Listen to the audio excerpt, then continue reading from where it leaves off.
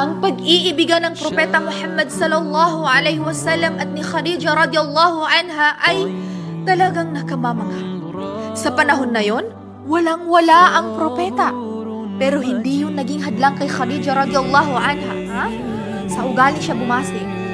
At ang propeta, kahit may nakaraan sa Khadija radiyallahu anha ay tinanggap pa rin niya. Kahit may mga anak na ito ay hindi naging hadlang. Tinanggap nila ang bawat isa at minahal nila ang bawat isa. So, hanggang sa dumating si Jibril alayhi salam sa isang kuweba. So, yun na yung unang revelasyon na Iqra. So, niyakap niya si Muhammad sallallahu alaihi wasallam.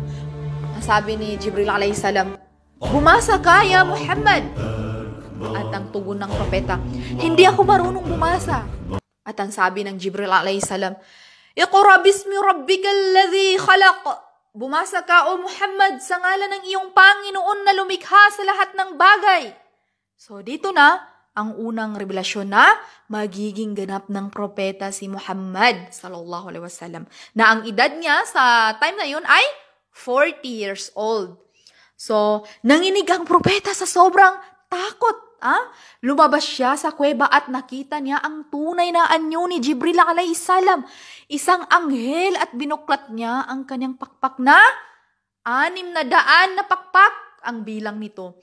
Lumingon siya kahit saan, kanan, kaliwa, taas, ngunit natakpan ng pakpak ang kalawakan. Kaya mas lalo siyang nanginig at sumigaw siya, "Zammiluni, zammiluni." At dito na inibaba ng Allah subhanahu wa ta'ala ang Suratul Muzammil. "Ya ayyuhal muzammil." So dito na sabi ng propeta, kumutan niyo ako kasi nanginginig siya sa sobrang takot. So pagdating niya kay Khadija radiyallahu anha ay tinakpan ni Khadija ang katawan niya. Tinakpan niya ng kumot.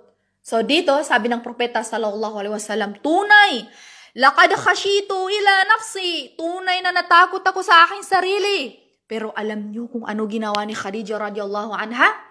Pinakalma niya si Muhammad sallallahu alaihi wasallam. Ganito ang asawa, pakakalmahin. Hindi yung pag makita mong takot na takot yung asawa mo, mas lalo mo pang tatakutin. Subhanallah. So, ang sabi ni Khadija radiyallahu anha sa kanyang asawa na si Muhammad sallallahu alaihi wasallam, "Kalla wallahi la yakhzika Allahu abada." Ya Muhammad, huwag kang matakot. Tunay na ang Panginoon ay hindi kanya ipapahamak. At dito binanggit ni Khadija radiyallahu anha ang katangian ni Muhammad sallallahu alaihi wasallam. Ya Muhammad, hindi ka ipapahamak ng Allah subhanahu wa ta'ala dahil tunay na hindi mo pinuputol ang ugnayan mo sa iyong mga kamag-anak at inaako mo ang mga pangangailangan ng mga tao. At ang mga bisita mo talagang inaasikaso mo. At ang mga pagsubok na dumarating sa kanilang buhay ay pinupuntahan mo sila at tinutulungan mo sila.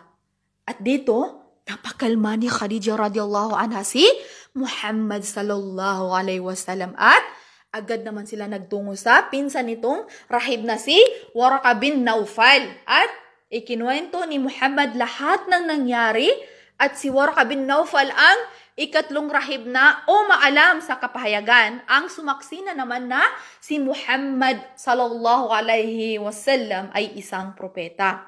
Ang sabi niya, "Wallahi, yung nakita ni Muhammad, yan din yung nakita ni Moises alayhi salam." At dito ang una-unang sumunod sa propeta ay ang kanyang asawa na si Khadija radiyallahu anha. At talagang hindi talaga iniwan ni Khadija radiyallahu anha si Muhammad hanggang sa nung pinutol ang ugnayan sa Quraysh, inikot nila yung lugar ni Abu Talib na tito ng Rasulullah sallallahu alaihi wasallam na walang supply na makakarating sa kanila. Ginutom sila hanggat sa dahon na lang ang kinakain nila. Wala silang makain. Si Khadija radiyallahu anha, isinakripisyo niya ang kanyang kayamanan para kay Muhammad sallallahu alaihi wasallam. Sa kanyang dawa at sinamahan niya ang propeta. Mayaman si Khadija, pero sinabayan niya ang propeta sa ngalan